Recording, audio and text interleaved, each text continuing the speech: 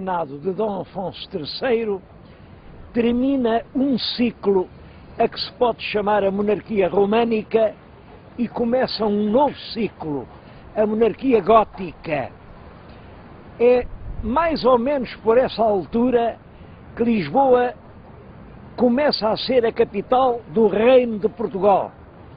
O Rio Tejo é muito frequentado por mercadores. El Rei vive aqui neste castelo, um castelo que já vinha do tempo dos mouros, embora por vezes ande pelo país. Os altos tribunais têm a sua sede em Lisboa. Não é possível estabelecer uma data certa do momento em que Lisboa funciona como capital do reino, mas a data de 1255 deve andar muito perto da verdade.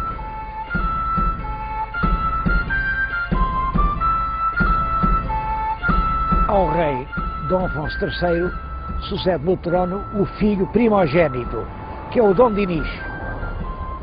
Devo dizer-lhes que não foi uma sucessão pacífica, porque Dom Dinis, quando nasceu, o pai estava casado já com a mãe de Dom Dinis, a rainha Dona Beatriz, mas ainda era viva a primeira esposa, a tal Condessa de Bolonha. Portanto, em bom rigor, o Dom Dinis não era filho legítimo, porque o casamento ainda não tinha sido legitimado. Foi por isso que os irmãos fizeram uma guerra, é a Guerra de Porto Alegre. A região de Porto Alegre e o castelo de Porto Alegre estão ligados a essa guerra.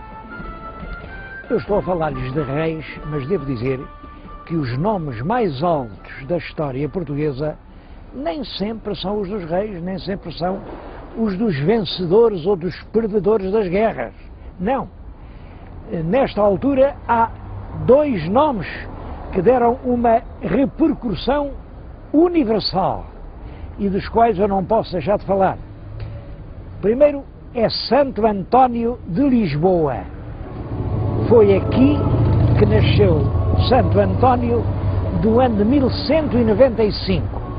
Estudou aqui, estudou em São Vicente de Fora, depois foi continuar os estudos em Santa Cruz de Coimbra, chegou a ser cônego do convento dos Agostinhos de Santa Cruz, mas em 1220, quando tinha 25 anos, ele assistiu a um episódio muito dramático.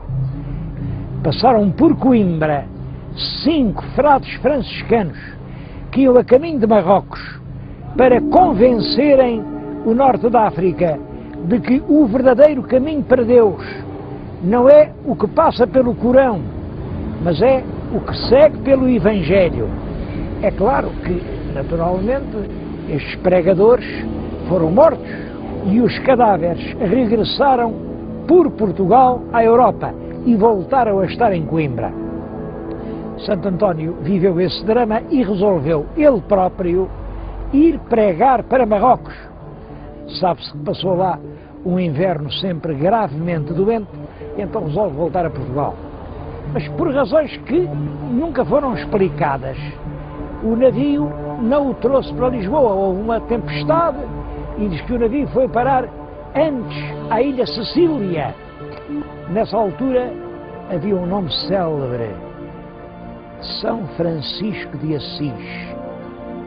Era um italiano que estava a empolgar todos os crentes da Itália.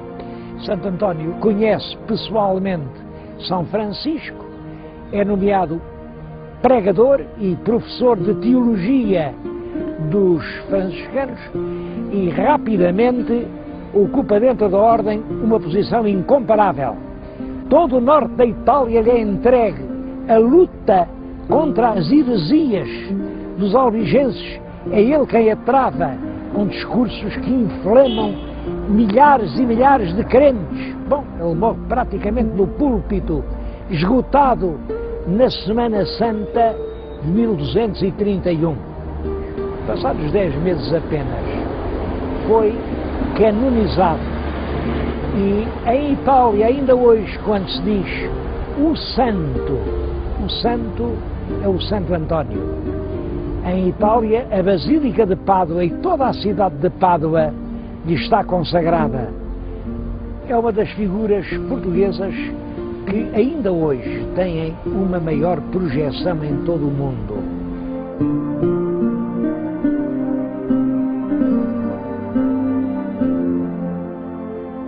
Uma outra grande figura de português do século XIII é Pedro Spano. Pedro Spano nasceu também em Lisboa, não sabemos ao certo onde, mas Lisboa era pequena e, portanto, não seria aqui muito longe das muralhas da Catedral.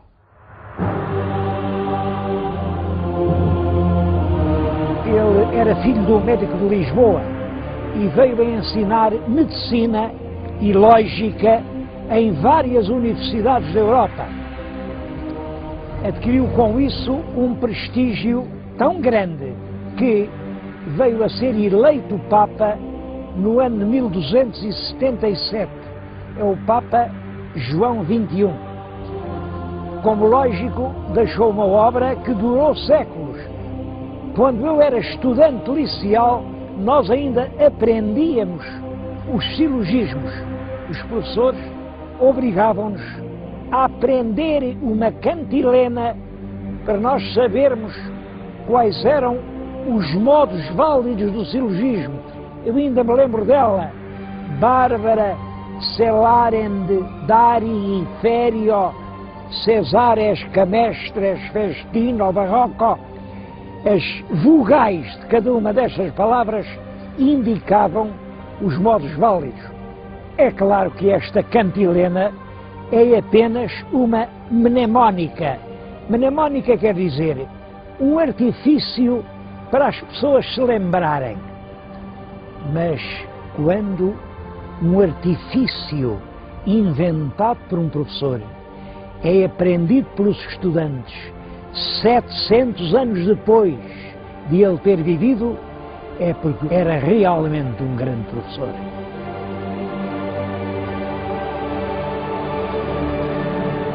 Na época do rei Dom Dinis, continuou o grande crescimento económico que vinha do reinado anterior.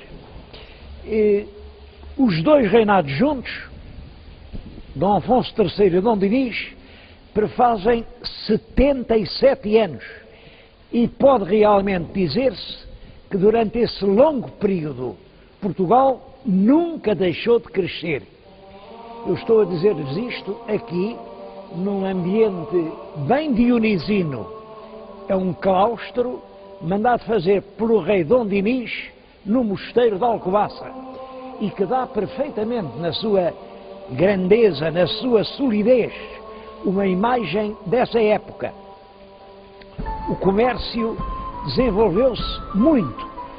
Em 1293, o rei confirmou a Bolsa Marítima. A Bolsa Marítima era uma organização dos mercadores portugueses que faziam um depósito de uma parte dos seus lucros para cobrir os prejuízos das viagens. Há muitos outros sinais de progresso.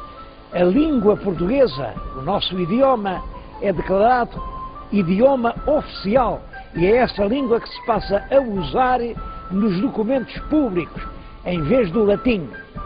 Em 1288, o rei Dom Dinis conseguiu do Papa autorização para que funcionasse em Portugal o primeiro estudo geral. Como sabem, é a origem da nossa universidade. As fronteiras terrestres foram delimitadas pelo Tratado de Alcanices. A partir daí, o Portugal continental teve quase praticamente a mesma configuração e nós somos uma das nações do mundo com mais antigas fronteiras.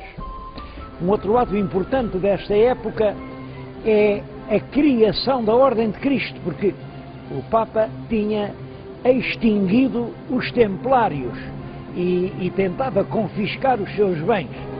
O rei Dinis tinha acabado a guerra com os mouros em terra, com a conquista do Algarve, Mas essa guerra prosseguia no mar e quem estava especialmente incumbido da guerra contra os mouros eram os templários e agora os cavaleiros da Ordem de Cristo. E é por isso que os navios dos descobrimentos ainda trazem nas velas a cruz da Ordem de Cristo.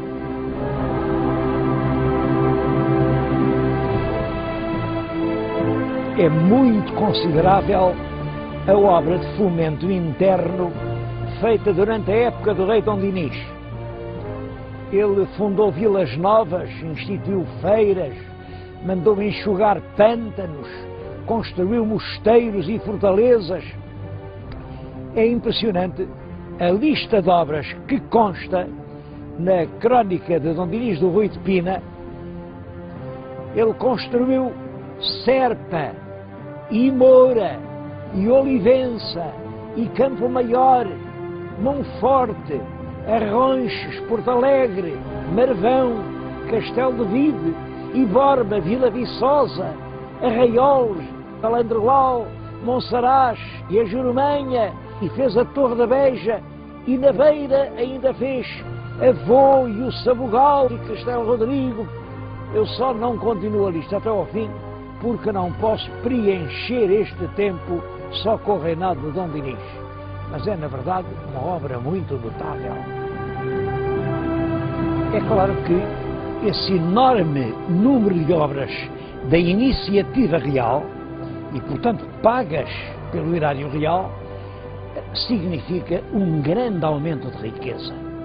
É que tinha aumentado muito o número das feiras, só até ao fim do século XIII há 30 feiras novas em Portugal, aumenta a moeda circulante, a extensão dos campos arroteados quase duplica e com isso cresce a produção do azeite e do vinho, e que depois vêm os mercadores ambulantes, compram nas feiras locais e vão vender no Mediterrâneo, vão vender no Norte da África, vão vender nas Flandres e, com tudo isso, as alfândegas têm grandes rendimentos.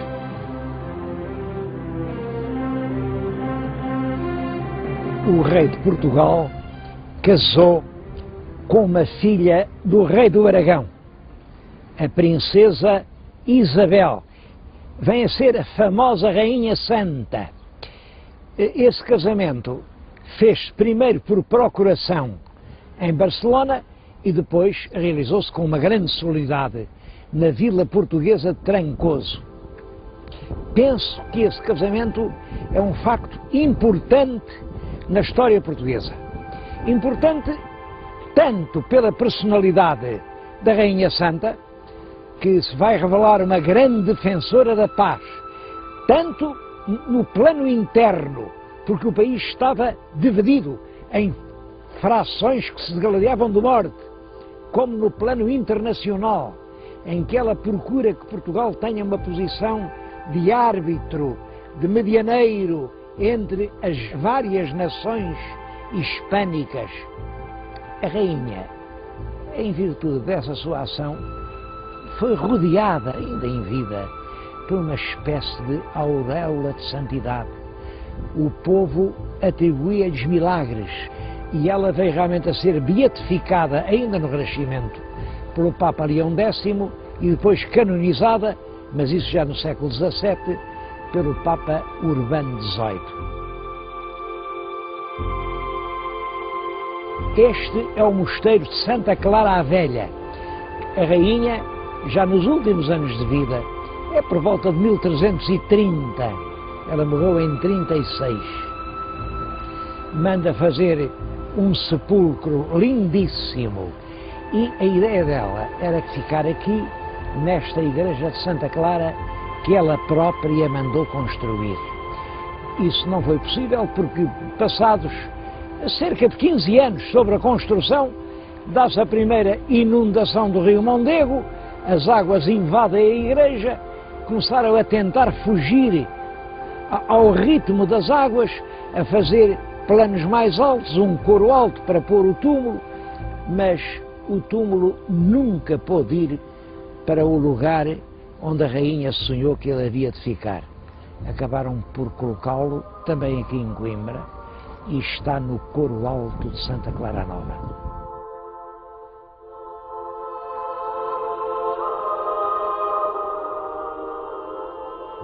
O reinado de Dom Dinis termina tragicamente.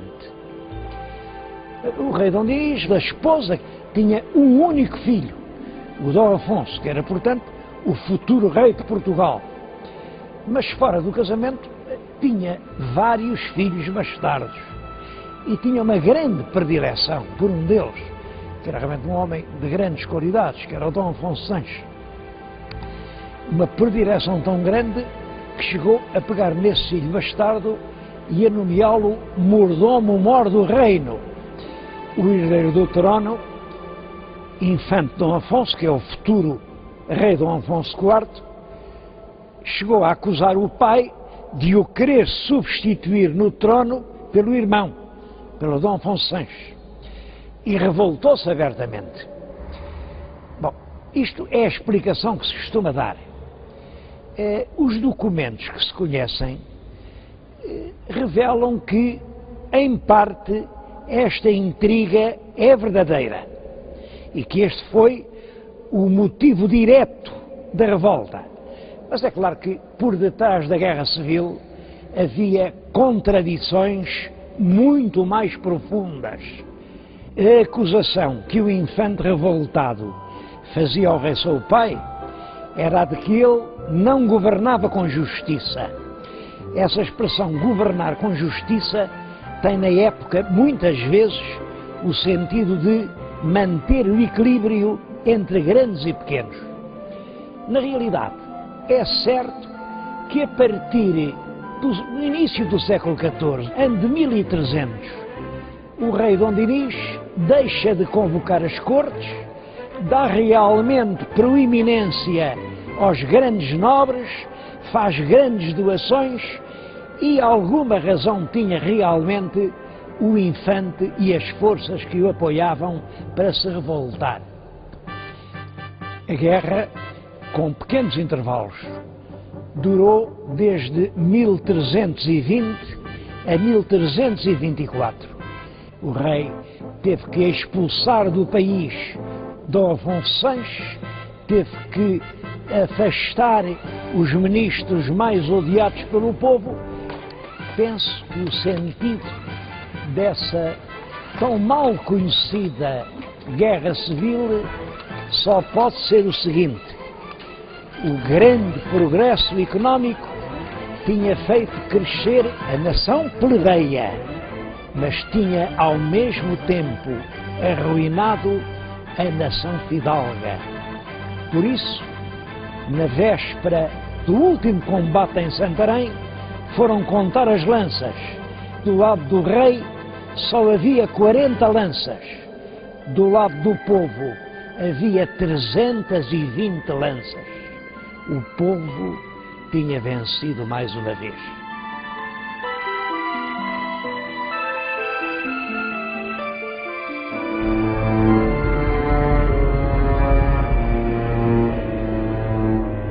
O século XIV foi um mau século para toda a Europa ocidental e Portugal não fez exceção. É realmente o século da fome, da peste e da guerra. Os progressos do século XIII tinham aumentado muito a população. As cruzadas tinham feito surgir grandes cidades, a riqueza circulava por toda a parte, mas a população aumentou muito e começam a surgir grandes fomes. E em 1348 alastra por toda a Europa Ocidental uma epidemia terrível, a peste negra.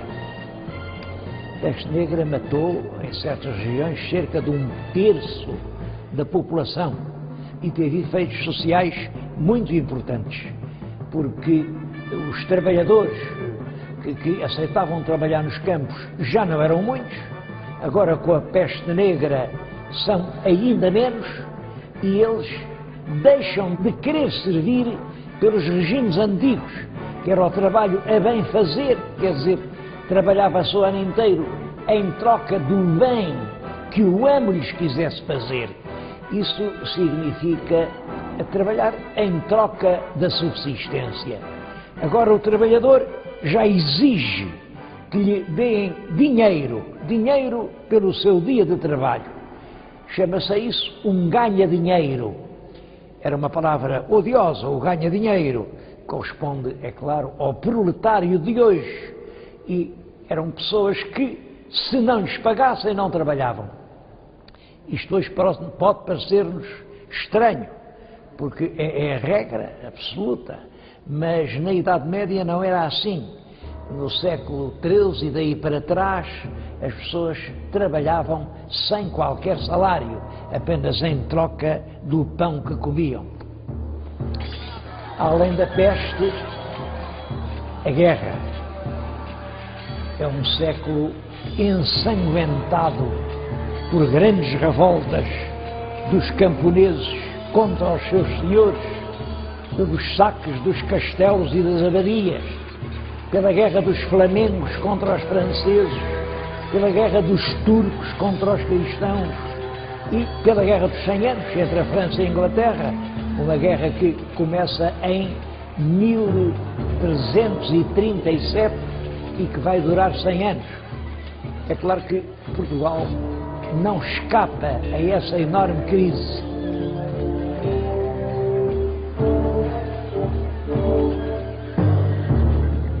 O novo rei, Dom Afonso IV, começou a reinar em 1325.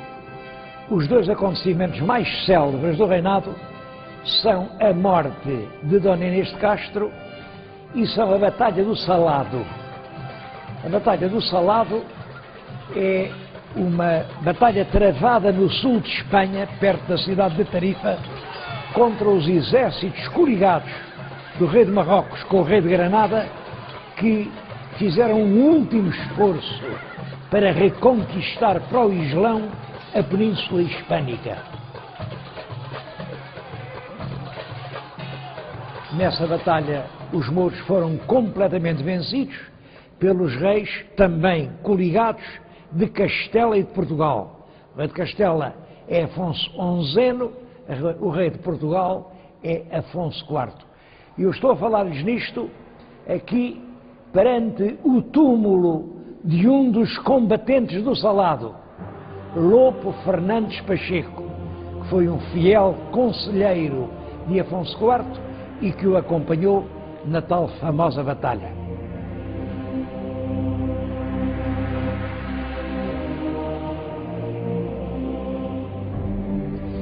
A morte de Inês de Castro deu-se no ano de 1355.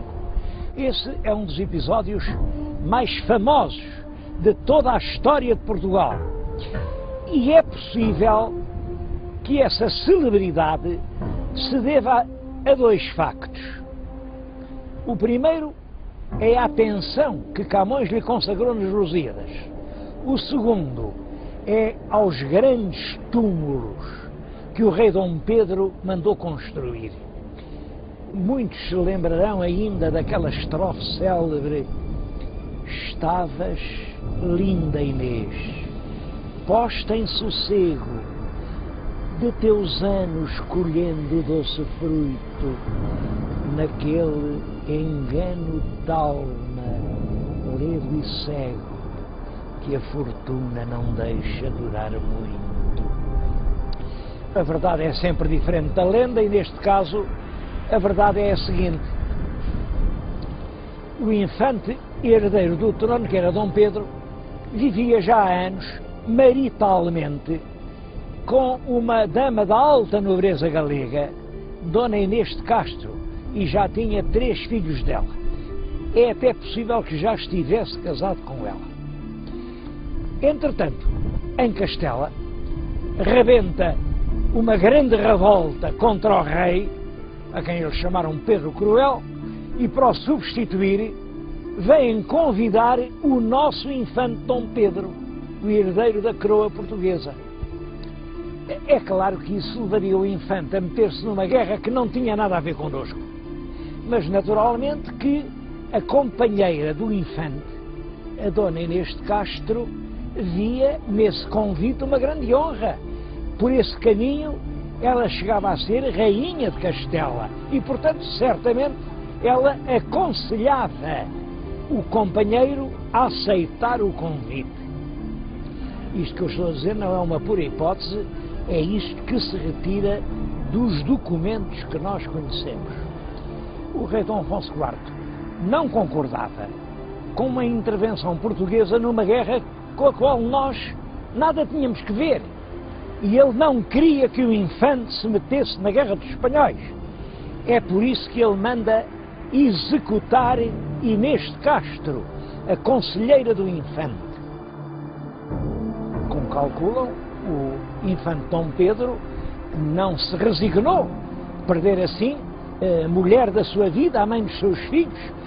Revoltou-se, o país entrou numa onda de violência, até que Dom Pedro sucede no trono ao pai, declara solenemente que Inês era a sua esposa, que os filhos do casamento eram filhos legítimos e mandou lavrar os mais belos túmulos que até hoje se fizeram em Portugal. No interior do mosteiro de Alcobaça está Inês em frente de Pedro.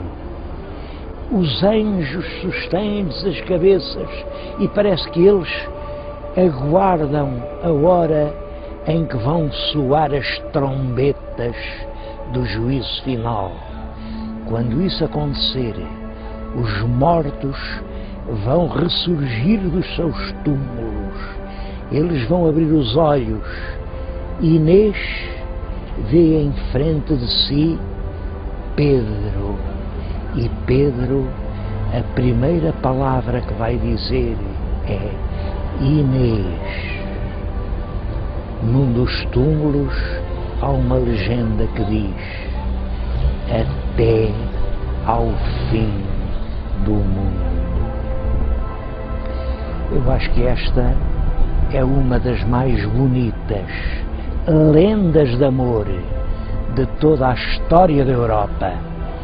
E eu não entendo bem como é possível que hoje todo o mundo se comova diante dos túmulos de Romeu e Julieta, que nunca existiram, senão na imaginação de um genial poeta inglês, e permaneça tão impassível perante estes túmulos verdadeiros de uma das mais dilacerantes histórias de amor que jamais no mundo se contou.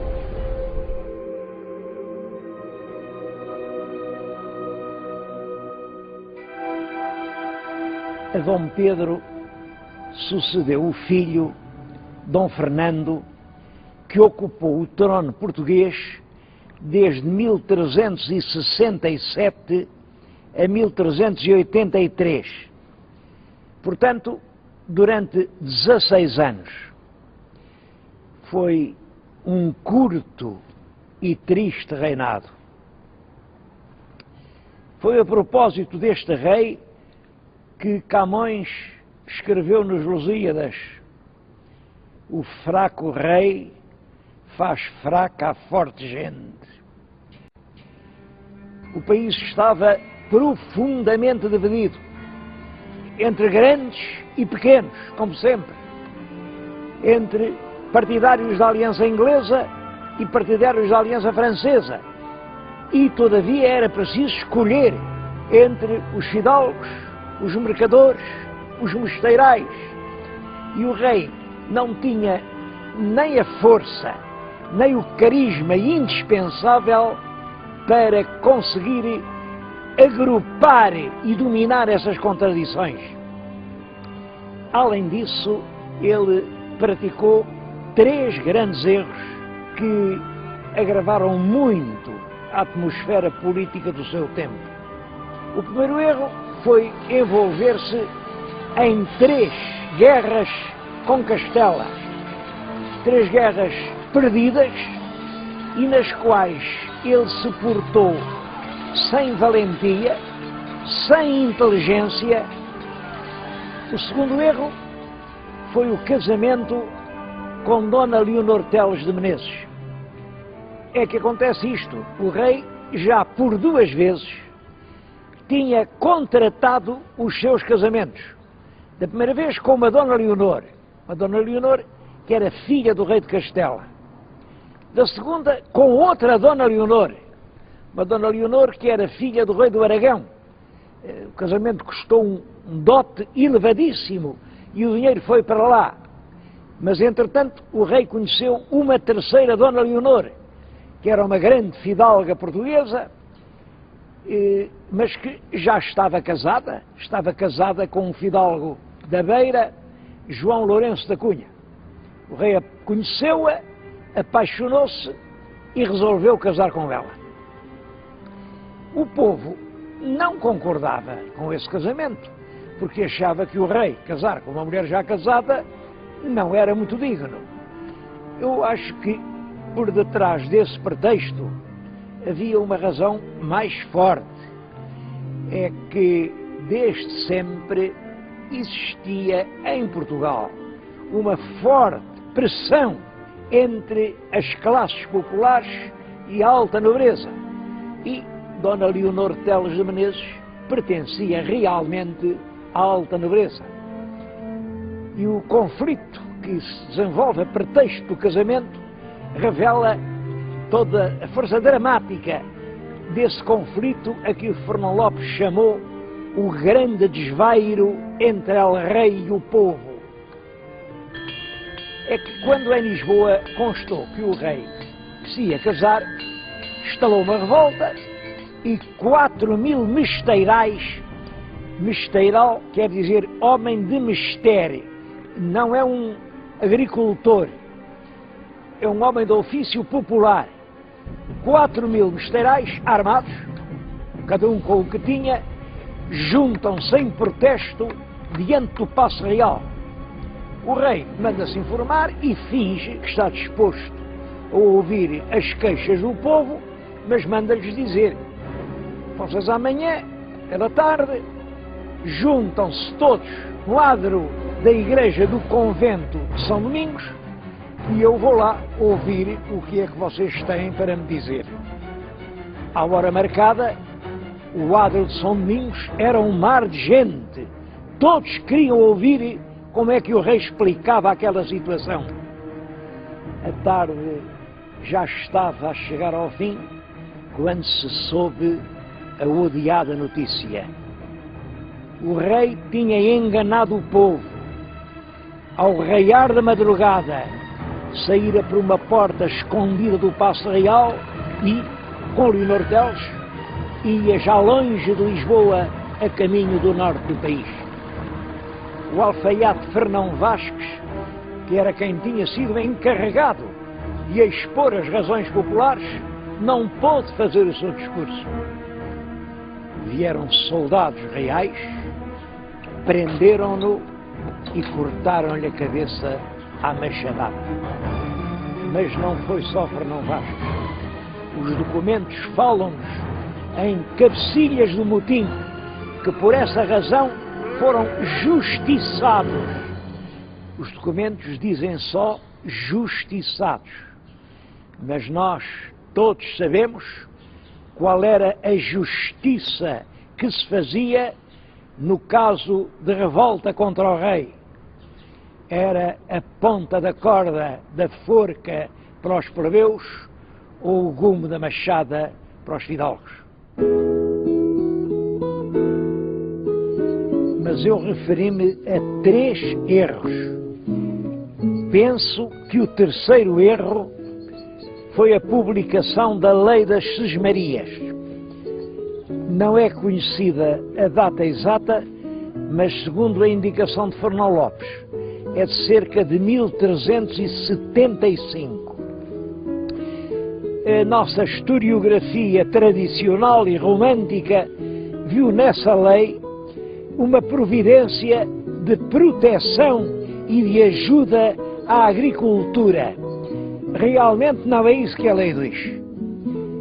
Refere-se concretamente às terras que são para dar pão e que proíbe que sejam utilizadas para qualquer outra produção.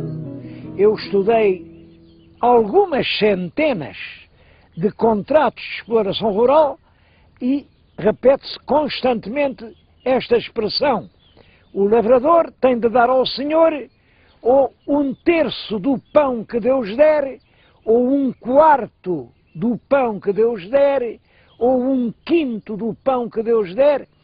Há hoje expressões, por exemplo, no Algarve, a quarteira, eram terras onde se pagava ao quarto. Até suspeito que a palavra 1/5 eram terras onde se pagava o quinto. Mas sempre do pão que Deus desse. Naturalmente, se o lavrador não semeasse o trigo, mas pusesse o bacelo da vinha ou as empas da oliveira, Deus não dava pão nenhum. E do vinho e do azeite, o lavrador nada tinha que pagar. É, portanto, para corrigir essa situação, em benefício da nobreza, mas em prejuízo dos lavradores, que o rei Dom Fernando publica a lei das sesmarias. Mas reparem, se o lavrador pratica uma lavoura que dá altos lucros, como o vinho e o azeite, pode pagar altos salários. Se, pelo contrário, pratica uma agricultura pobre, como era a do trigo, só pode pagar pequenos salários. Por isso, a segunda parte da lei das sesmarias é constituída por uma série de medidas de trabalho obrigatório. Os homens não podem abandonar os campos. Os filhos dos cavadores têm de continuar a ser cavadores. É proibido irem para a cidade, porque é necessário garantir mão de obra para a lavoura do cereal. Mais do que isso, nem sequer podem fixar livremente o preço do seu trabalho, porque são os grêmios dos lavradores, os homens bons das vilas, quem estabelece os preços pelos quais os homens do campo têm de trabalhar. Isto é, cai-se numa nova servidão. Compreende-se perfeitamente que uma lei deste género provoque uma forte reação social por parte dos homens que trabalhavam a terra.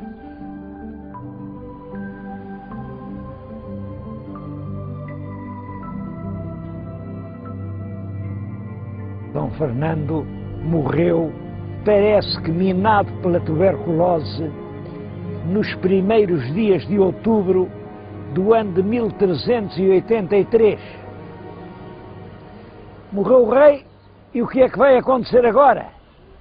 Bom, o rei deixou uma filha legítima. Era uma menina, tinha 11 anos de idade, Dona Beatriz. Mas como é que uma menina de 11 anos ia reinar sobre um país dividido por forças contrárias, cheio de conflitos, um país com dificuldades por todos os lados? Como? É claro que o pai e a mãe pensaram nisso e resolveram ajudar a filha de uma forma que lhes parecia segura, que era casá-la com um homem que fizesse respeitar os seus direitos de rainha inteiramente. Esse homem era o rei Dom João I de Castela. Era viúvo, já tinha uma certa idade.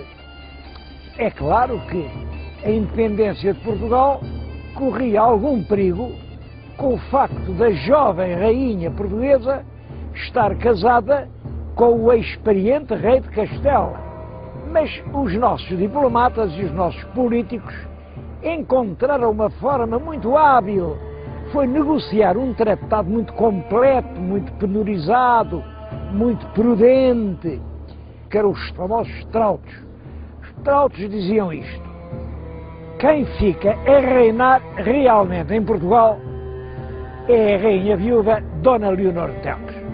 Enquanto não tiver um filho varão com 14 anos de idade, esse filho varão deve ser sempre educado em Portugal, de maneira que saia um perfeito português. Quando o rapaz tiver 14 anos, a rainha cede-lhe o poder e, portanto, Portugal continua a ter um rei português. Era realmente um sistema engenhoso e esperto. Simplesmente o povo não acreditava lá muito nessas espertezas dos diplomatas. O povo pensava que, diabo, se o rei for castelhano, quem manda em Portugal são os castelhanos, o resto são histórias. E por isso, quando, passados 8 dias sobre a morte do rei, vieram fazer a aclamação da rainha, vinham os fidalgos à frente e diziam: Arraial, por Dona Beatriz, rainha de Portugal. E ninguém respondia: Arraial, por Dona Beatriz. Noutras cidades, os fidalgos bem se esforçavam, mas o povo rosnava: Arraial, quem cujo reino for levá-lo-á. Quer dizer, quem tiver direito ao trono é que vai ficar com ele.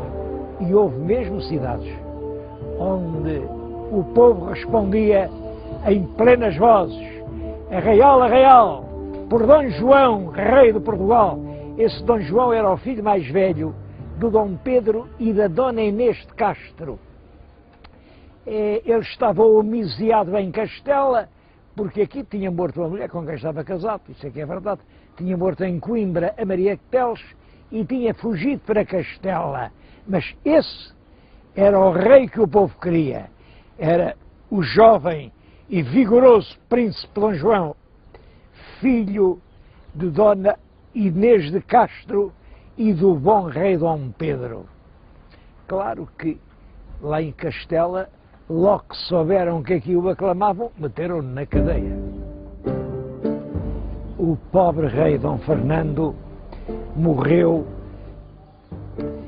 Morreu o rei, ficou a rainha Leonor de Teles.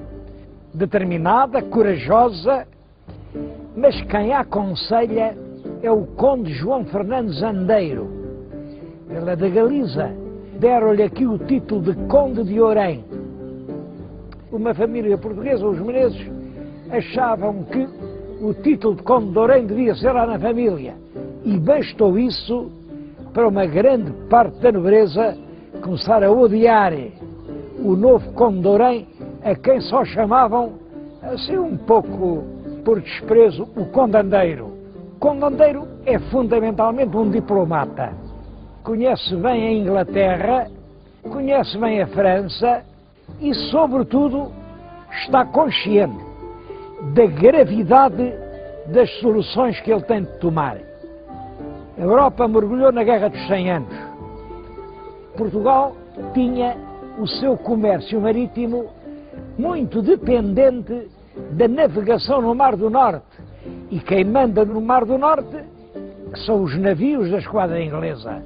Se, portanto, nós não tivermos o apoio inglês, não vamos exportar nem mais uma pipa de vinho, nem mais uma barrica de azeite, nem mais um fardo de pão.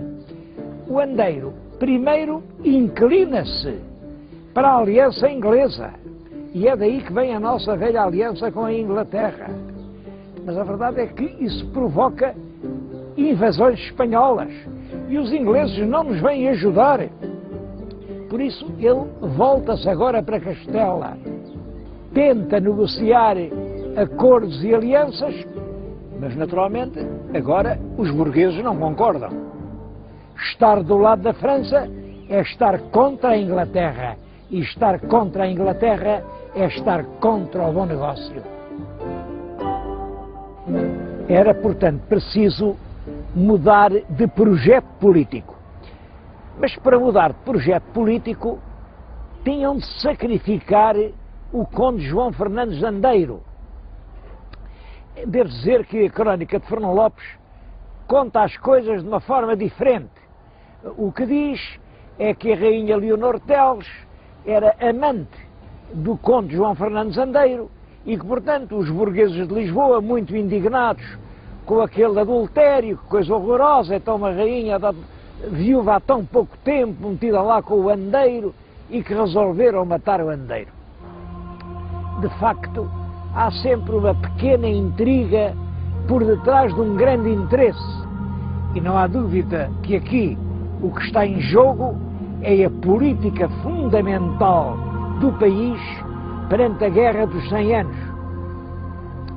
À frente dessa conspiração para mudar os rumos da política nacional está Álvaro Paes, um armador de navios, um capitalista de Lisboa, mas estão também os dois grandes chefes da nobreza portuguesa. Está o Conde Barcelos, que é realmente o chefe do poderoso clã dos Menezes, a que pertence a rainha, e está o Conde de Raiolos, chefe do forte clã dos Castros. Eram as duas mais importantes famílias portuguesas. Pode-se dizer que nobreza e burguesia chegaram a acordo no sentido de uma mudança política. É claro que havia uma dificuldade. Como é que eles iam matar o Conde Andeiro? O Conde Andeiro vivia no Paço. O Paço é fundamentalmente ainda este centro de estudos judiciários, embora já muito desfigurado. Chamava-se naquela altura o Paço de Apar de São Martinho. Ora, como é que se vai entrar num palácio que tem a sua guarda? Eles engenharam um plano muito hábil. Momentos antes do mestre Davis, que era a pessoa escolhida para matar o conde, entrar no palácio, punham escudeiros a correr aqui, estas ruas de Alfama, a correr e a clamar: acudam ao paço que mata o mestre, que é filho de El Rei Dom Pedro, e toda a gente corre ao paço. O Paço de Limoeiro é rodeado de uma enorme multidão, obrigou os sinos de todas as igrejas a tocarem a rabate, até que, é claro, sentindo a multidão cá fora a ulular, o mestre sentiu-se seguro, lá matou o conde João Fernandes Andeiro e assomou uma daquelas janelas e disse: aquietai-vos, amigos, vivo e são sou, graças a Deus. Saiu do palácio, a multidão seguia como quem segue um Messias. Alguns diziam entre si: tomemos este homem e façamo-lo rei. É claro que isso era difícil, porque havia irmãos do mestre Davis que tinham mais direitos do que ele, que eram os filhos de Inês de Castro. Mas esses filhos estavam em Castela, tinham sido presos. O rei de Castela, logo que soube, morreu Dom Fernando, prendeu os infantes portugueses que podiam ser sérios pretendentes ao trono, portanto eles estavam presos e aqui o povo, o mais que pôde, foi eleger o mestre defensor e regedor do reino. Bom, estas palavras, defensor, carregado da defesa contra Castela, e regedor, encarregado de o reger. Reger, claro, enquanto não vinha o rei que tinha sido escolhido, que era o filho de Dom Pedro e Dona Inês de Castro, infanta Dom João. Naturalmente, isto é uma revolução em Lisboa, uma revolução completa, e o rei de Castela invade Portugal, vem pôr cerco a Lisboa, o cerco dura meses, a cidade passa terríveis provações, mas não há dúvida de que o mestre Davis portou-se com valentia e, a certa altura, começa a cair uma peste mortal. E o rei de Castela, antes que a peste lhe acabasse com o exército, ou até que a peste atingisse a rainha com quem estava casado, a rainha portuguesa, resolveu ir outra vez para a Espanha para refazer as suas forças. O mestre Davis não perdeu tempo. Mandou reunir cortes em Coimbra. Em Coimbra havia um palácio real, o Paço Real da Alcáçova. Este aspecto que atualmente se vê é quase todo do tempo do Marquês de Pombal. Mas o conjunto fundamental do edifício é ainda o Palácio Real da cidade, onde o mestre Davis mandou reunir as cortes de 1385. E o que ele pôs aí foi este problema. O trono está vago. Quem deve ser rei de Portugal? Apresentou um advogado muito inteligente, muito hábil, que era o João das Regras. E o João das Regras disse, bom, a rainha Dona Beatriz não, porque está casada com o rei de Castela, é um perigo. Os filhos de Dom Pedro e da rainha Inês de Castro também não, porque o Dom Pedro, afinal, não casou com a Inês de Castro, portanto, eles são filhos bastardos. Se ninguém tem direito ao trono, vamos escolher o homem com mais qualidades, que é Dom João, mestre de Avis. E assim foi. O mestre de Avis foi eleito rei de Portugal. E começa assim uma nova dinastia, que é a dinastia de Avis. Entretanto, o rei de Castela volta a invadir Portugal, agora com grandes forças, mas os portugueses vão se postar no lugar estratégico, escolhido com muita habilidade pelo condestável, isto é, o chefe do exército, Dom Nuno Álvares Pereira, um dos poucos fidalgos que estavam do lado de Dom João I. E no dia 14 de agosto de 1385, deu-se a Batalha de Aljubarrota. Essa batalha representou o triunfo completo das forças portuguesas e marcou praticamente o triunfo da independência de Portugal, porque a guerra continuou nas primaveras de cada ano, em campanhas jamais mortiças. É em 1411 que se faz a paz definitiva entre os reis de Portugal e de Castela, e que Castela reconhece a Portugal o direito de ter um rei português.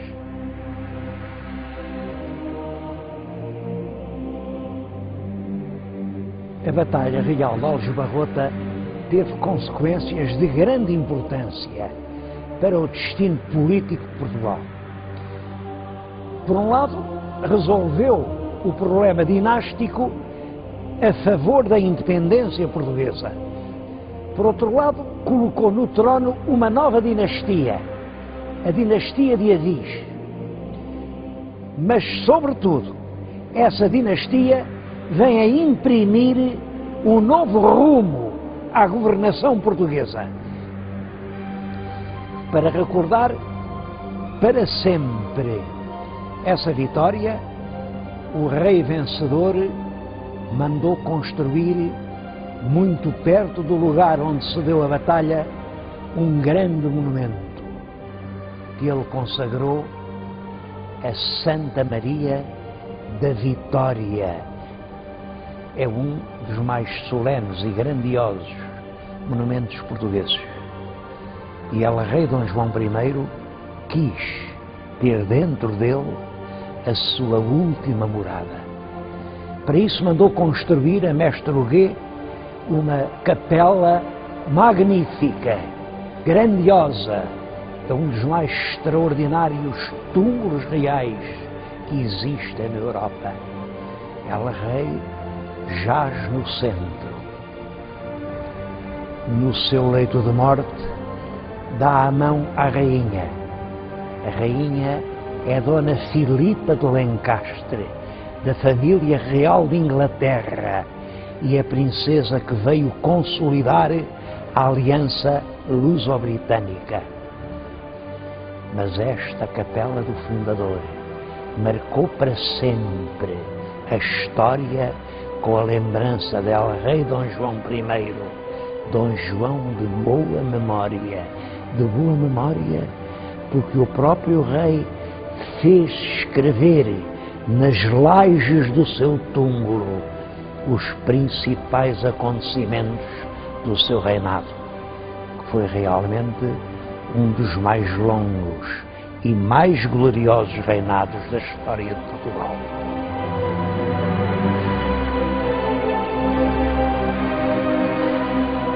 Os factos mais importantes desse quase meio século são, primeiro, o casamento do rei com uma sobrinha do rei de Inglaterra, Dona Filipa de Lencastre.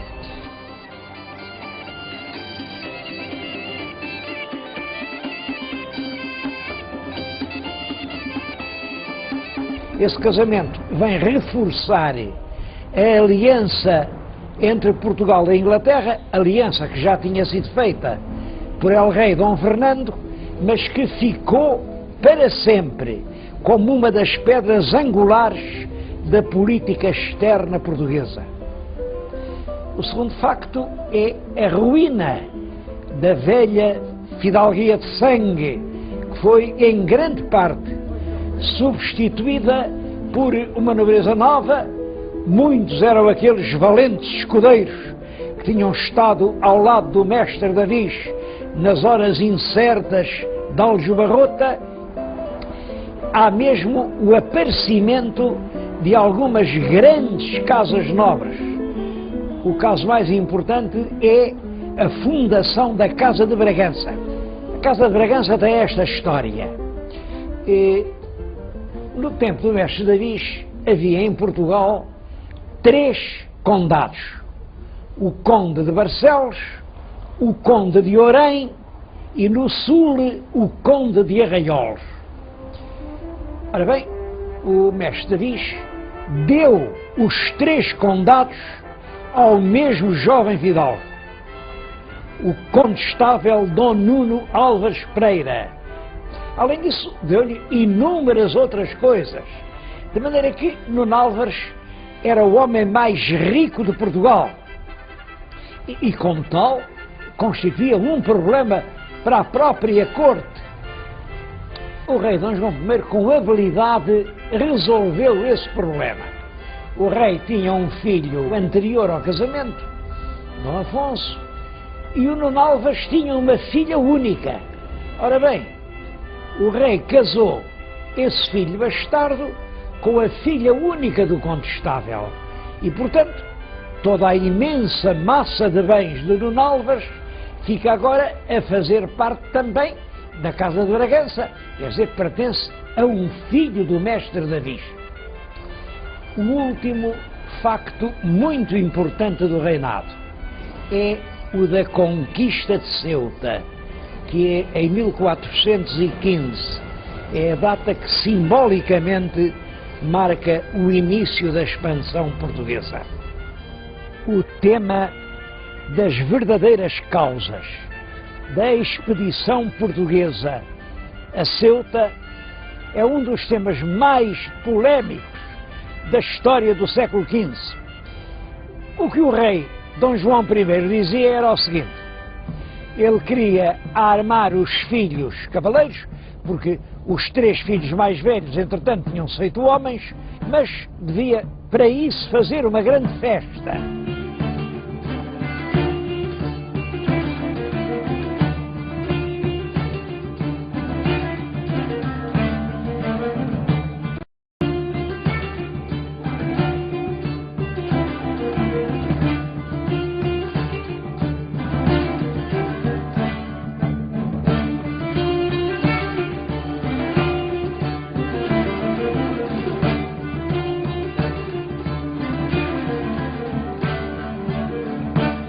Ora bem, entenderam que melhor que uma festa, com torneios, com despesas, era uma verdadeira expedição militar.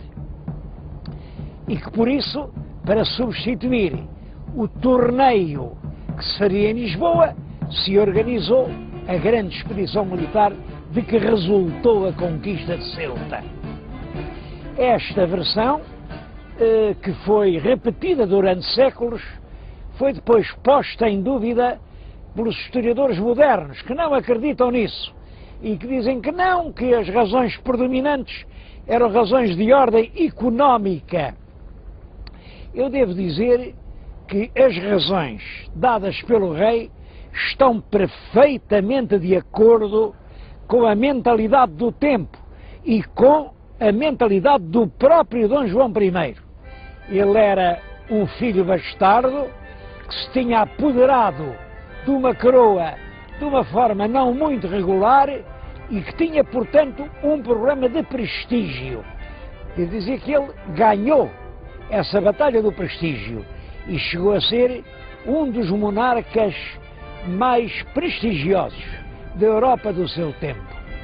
O que é certo é que no verão do ano de 1415 saiu de Lisboa uma grande armada, cerca de 200 navios. O Porto também deu uma contribuição importante. Armaram 70 navios de guerra e dessa contribuição ficou um vestígio que é em parte lenda e em parte verdade. Diz que foi dos restos do aprovisionamento de carnes da expedição de Ceuta que ficou aos portuenses o hábito de comer as tripas à moda do Porto. É uma semi-verdade, porque na realidade é certo que esse hábito vem do abastecimento dos navios. As vísceras não podem ser conservadas e, portanto, eram consumidas na alimentação comum. Só que o abastecimento dos navios não começou com Ceuta, tinha começado muito antes, quando as expedições das cruzadas tocavam no Porto, que era uma região particularmente rica de gado. Cerca de 20.000 combatentes caíram de surpresa sobre a cidade de Ceuta. Logo pouco depois da conquista da cidade, pôs-se um problema. A cidade devia ser conservada em poder dos portugueses ou devia ser destruída e abandonada. O rei Dom João I optou por conservá-la, contra a opinião de muita gente. Por exemplo, o infante Dom Pedro dizia que aquilo era uma espécie de trocar uma boa capa por um mau capelo, porque era um grande servadouro de homens, de armas e de dinheiro, e ele tinha razão.